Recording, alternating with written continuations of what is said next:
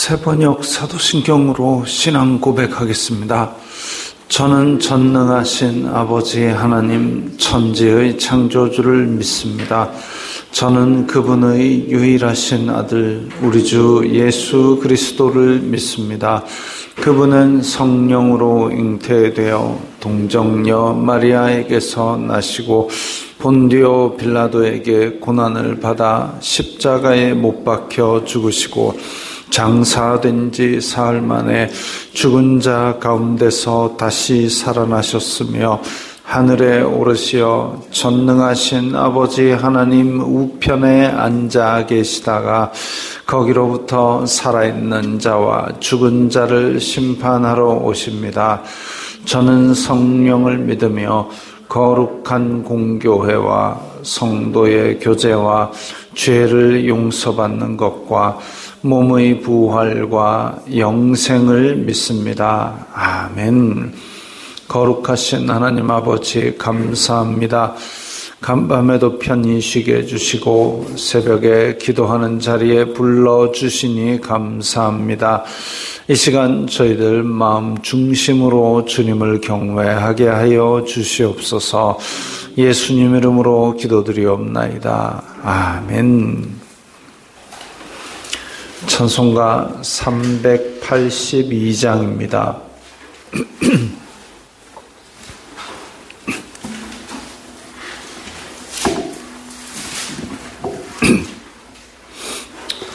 찬송가 382장입니다.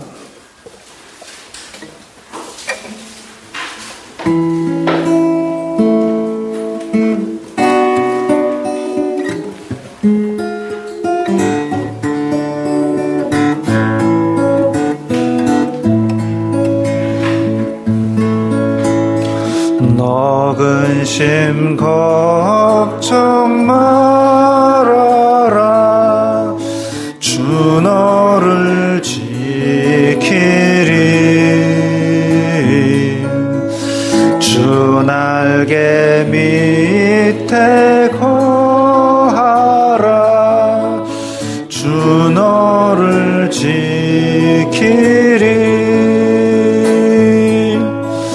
주 너를 지키리. 아무 때나 어디서나 주 너를 지키리. 늘 지켜주시리.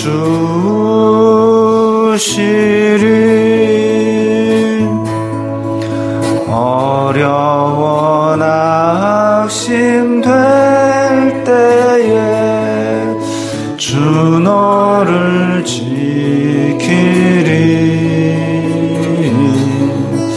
위험한 일을 당할 때 주 너를 지키리.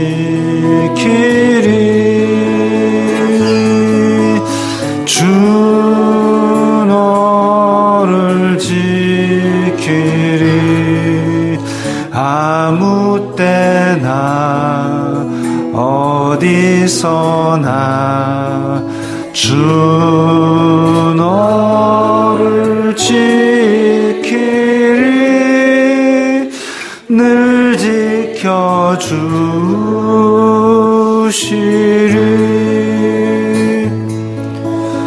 너쓸 것 미리 아시고 주 너를 지키리. 구하는 것을 주시며 주 너를 지키리. 주 너를 지키리. 아무 때나 어디서나 주 너를 지키리. 늘 지켜주시리.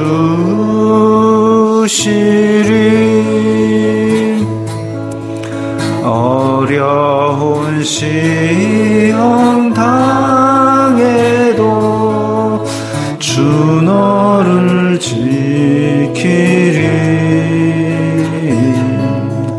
구주의 품에 거하라. 주 너를 지키리. 주 너를 지키리. 아무 때나 어디서나 주 너를 지키리. 늘 지켜주시리.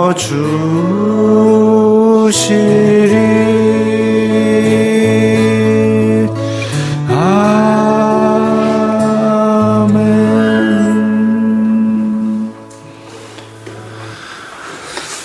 오늘 말씀은 누가복음 7장 18절부터 23절까지의 말씀입니다.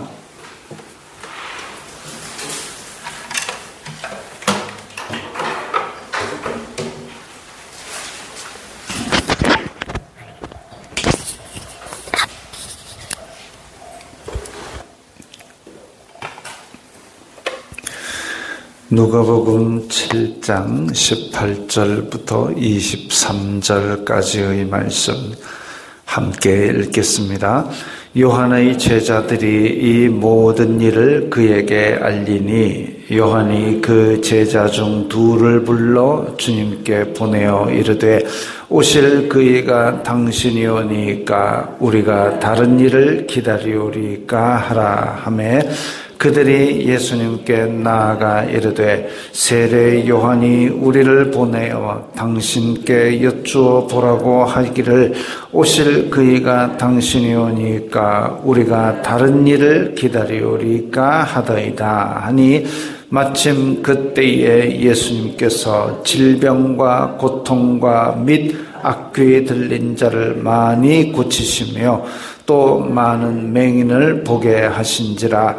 예수님께서 대답하여 이르시되 너희가 가서 보고 들은 것을 요한에게 알리되 맹인이 보며 못 걷는 사람이 걸으며 나병 환자가 깨끗함을 받으며 귀 먹은 사람이 들으며 죽은 자가 살아나며 가난한 자에게 복음이 전파된다 하라.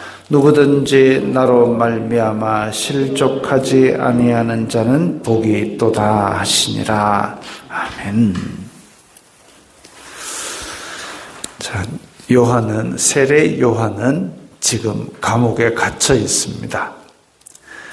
갈릴리 지역을 다스리던 헤롯 안디바, 지금 예수님 시절에 원래 예수님 태어나시던 때에는 헤롯 대왕이 유대 이스라엘 전체를 다스렸는데 그 헤롯이 죽으면서 아들 셋에게 나라를 쪼개서 갈라줍니다. 그래서 갈릴리 지역은 헤롯 안디바, 갈릴리 동편은 헤롯 빌립, 그리고 예루살렘과 유대 이 지역은 헤롯 아켈라오, 이렇게 세 사람이 다스리는데 이 아켈라오가 하도 사람들을 잘 죽이고 이래가지고 유대인 지도자들이 로마에다가 상소를 넣었습니다. 그래가지고 이제 아켈라오는 폐위되고 그 자리를 누가 오냐면 본디오 빌라도라는 총독이 다스리게 되지요. 그 지금 갈릴리 지역은 헤롯 안디바가 다스리는데, 근데 그 동생 헤로디아라는 이 동생하고, 원래는 동생이 다른 남자랑 살고 있는데, 동생이 다른 남자랑 사는 게 아니라 헤롯 안디바의 동생이 헤롯 빌립인데 헤롯 빌립의 아내가 헤로디아인데 얘를 뺏어가지고 헤롯 안디바가 자기가 사는 겁니다. 헤롯 집안이 되게 복잡합니다. 뭐가. 그래가지고 그 동생의 아내를 뺏어가지고 그렇게 사는 게 되느냐, 말도 안 되는 소리다라고 세례 요한이 외쳤더니 헤롯 안디바가 잡아가지고 감옥에 넣었습니다. 그런 상태입니다. 그런데 이제 헤롯 안디바가 세례 요한을 감옥에 가둔 상태이고, 그리고 세례 요한은 지금 계속 가르치기를, 그 예수님을 세례를 준 그날 이후로 계속 가르치기를, 그는 흥하여야 하고 나는 쇠하여야 하리라. 그가 세상 죄 지고 가는 하나님의 어린 양이다라고 자기 제자들에게 가르쳤습니다. 세례 요한도 제자들이 많았습니다. 왜냐하면 하나님의 말씀을 전하고 회개하라, 천국에 가까이 왔다라고 외치니까 사람들이 많이 나와서 따랐습니다. 그동안 하나님의 영감을 받은 선지자가 없고 이래가지고 백성들은 암흑기를 지내왔는데, 세례 요한이 성령님으로 이끌려 많은 말씀을 전하니까 드디어 하나님께서 우리 백성을 돌보시사 메시아를 보내주신구나 라고 백성이 따랐던 거죠. 세례 요한은 나는 메시아가 아니다, 나는 그분의 길을 예배하러 왔다, 그분은 흥하여야 하리라, 이렇게 계속 가르쳤는데 아직도 요한에게 제자들이 많이 있었습니다. 그래가지고 요한이 그 제자 중 둘을 불러 주님께 보내어 이르되, 감옥에 갇혀 있는 요한이 이제 자기 제자 중 둘을 불러서 예수님께 보내어서, 왜 둘을 불렀느냐? 최소한의 증인은 2명 이상이어야 되기 때문에, 그래서 둘을 불러서 보냈는데, 오실 그이가 당신입니까? 우리가 다른 일을 기다릴까요? 이 세례 요한이 예수님을 어찌 보면 이 세상에서 가장 잘 알 텐데 왜 이런 질문을 했을까? 이게 지금 학자들마다 의견이 분분합니다. 감옥에 gat혀 있다 보니까 좀 믿음이 흔들렸다라고 보는 그런 입장도 있고, 혹은 자기의 제자들로, 자기가 지금 이제 곧 죽게 생겼으니까 자기의 제자들로 하여금 예수님께서 메시아다라는 확신을 주기 위해서 그렇게 보냈다라는 그런 설도 있고 그럽니다. 한편으로는 또 메시아다 이러면 이제 악한 이 로마 제국의 통치를 뒤엎고 다윗의 왕국을 선포해야 되지 않느냐, 그런 기대가 있어서, 근데 예수님께서 하시는 일은 매 힘없고 가난한 사람들 사이에서 그냥 계시니까 그것 좀 내 기대랑 다른데 왜 메시아의 나라가 선포되고 다윗의 왕국이 다시 일어나지 않는 거지? 이런 생각을 했을지도 모른다. 뭐 이런 학자들의 이야기도 있습니다. 뭐 학자들 말은 분분하지만 세례 요한이 그야말로 태중에서부터 성령님께 이끌렸던 세례 요한이 이 감옥에 갇힌 일 때문에 이렇게 믿음의 회의가 오고 흔들렸을까? 예수님의 겉모습 때문에 회의가 났을까? 그런 생각은 틀린 것 같습니다. 제 개인적으로는 제자들이, 아직도 세례 요한 주변에 있는 제자들이 이제 예수님께로 좀 가라, 그분이 진짜 메시아다, 이걸 확실하게 하고 싶었던 것이 아닌가, 뭐 그런 생각이 듭니다. 어쨌든 지금 감옥에 갇혀 있는 것, 의를 위하여 핍박받는 자가 된 것이죠. 의를 위하여 핍박받는 자는 천국이 그들의 것이라 그랬습니다. 자, 그래서 오실 그이가 당신입니까? 아니면 우리가 다른 사람 또 기다릴까요? 그렇게 여쭤보아라. 실제로 요한의 제자들 중에서 그 베드로, 안드레, 요한, 야고보, 이 사람들 중에 안드레와 빌립 같은 경우는 이 세례 요한의 제자이기도 했습니다. 그러나 이제는 돌아서서 예수님을 따르게 된 거죠. 그렇게 세례 요한의 제자들이 이제 예수님께로 가는 중에 있는데, 자, 세례 요한이 우리를 보내어 당신께 여쭤보라고 하시기를 오실 그분이 당신입니까? 라고 물어봤는데 예수님께서 질병과 고통과 및 악귀 들린 자를 많이 고치시며 또 많은 맹인을 보게 하신지라. 그렇게 지금 백성들을 치료하시고 또 하나님 나라를 전하시고 그 일들을 쭉 해오셨는데, 그러면서 예수님께서 대답하여 이르시기를 너희가 가서 보고 들은 것을 요한에게 알려라. 보고 들은 것, 내가 무엇을 얘기하는지, 그리고 내가 어떤 일을 하는지 요한에게 대답을 해줘라. 맹인이 보고 못 걷는 사람이 듣고 나병 환자가 깨끗함을 받으며 귀먹은 사람이 들으며 죽은 자가 살아나고 가난한 자에게 복음이 전파된다 하라. 주님의 성령이 내게 임하셨으니 이는 가난한 자에게 복음을 전하게 하시려고 나를 부르사. 그 이사야의 말씀이 예수님께서 그대로 이루고 계신다라는 것을 지금 대답으로 하고 있습니다. 어떻게 보면 우리만 아는 암호지요. 오실 그 일을 기다려야 됩니까? 아니면 당신입니까? 했을 때 네, 맞다라고 대답하실 수도 있지만, 네, 맞다 했을 때에 그 말이 진짜인지 아닌지 어떻게 합니까? 그런데 예수님께서는 하시는 일을 쭉 보고 듣고 하게 하시면서 이사야의 말씀을 인용을 하신 거죠. 어찌 보면 우리끼리만 통하는 암호입니다. 우리끼리만 통하는 암호.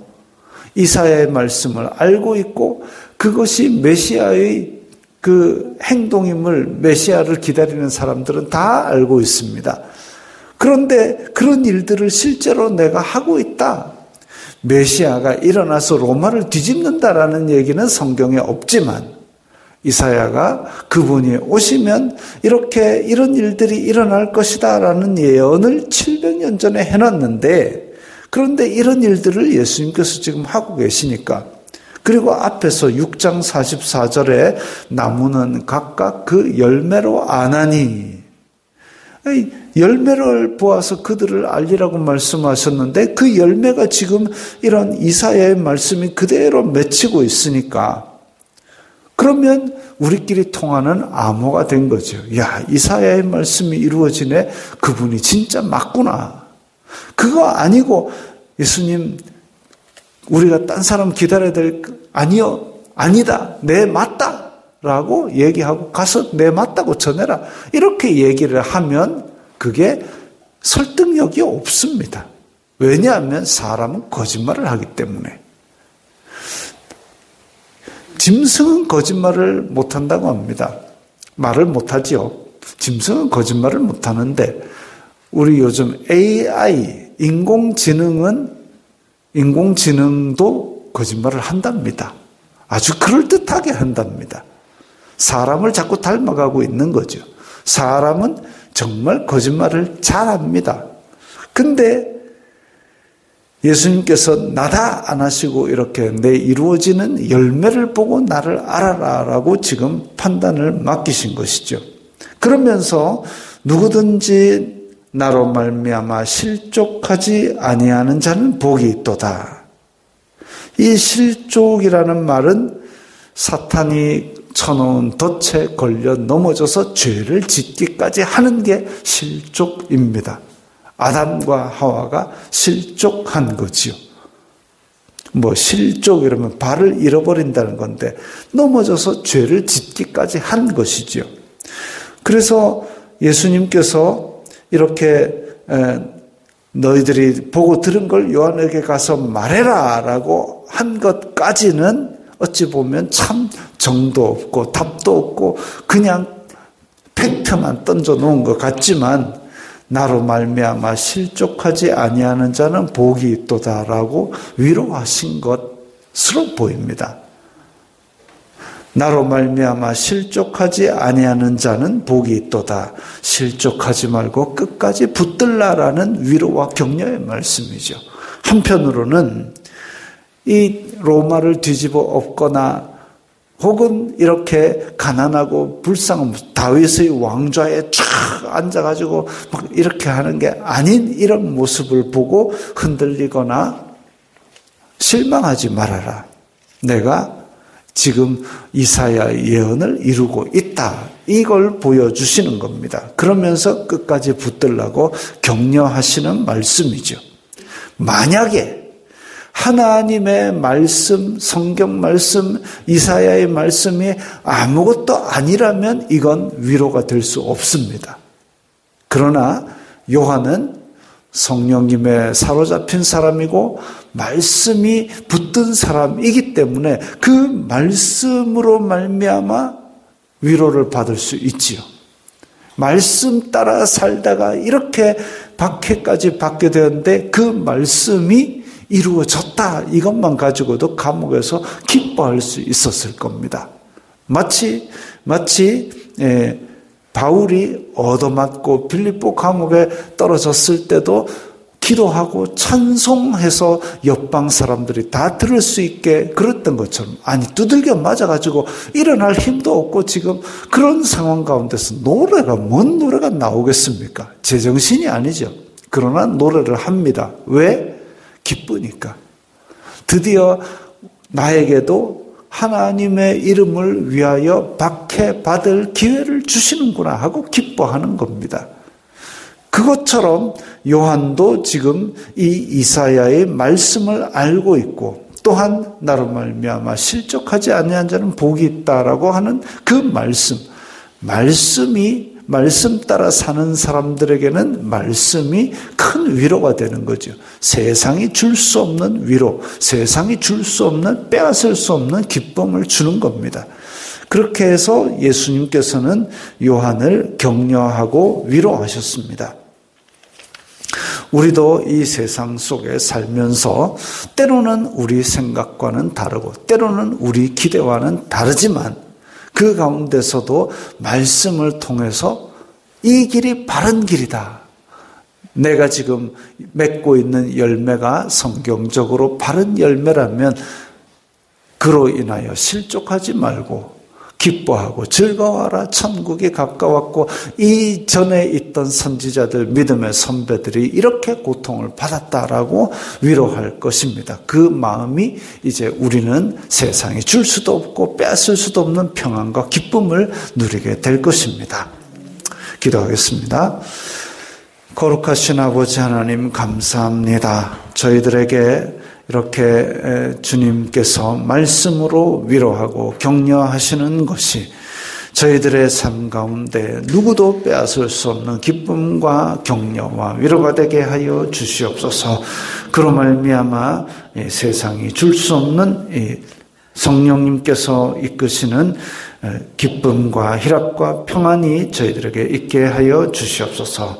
예수님 이름으로 기도드리옵나이다. 아멘.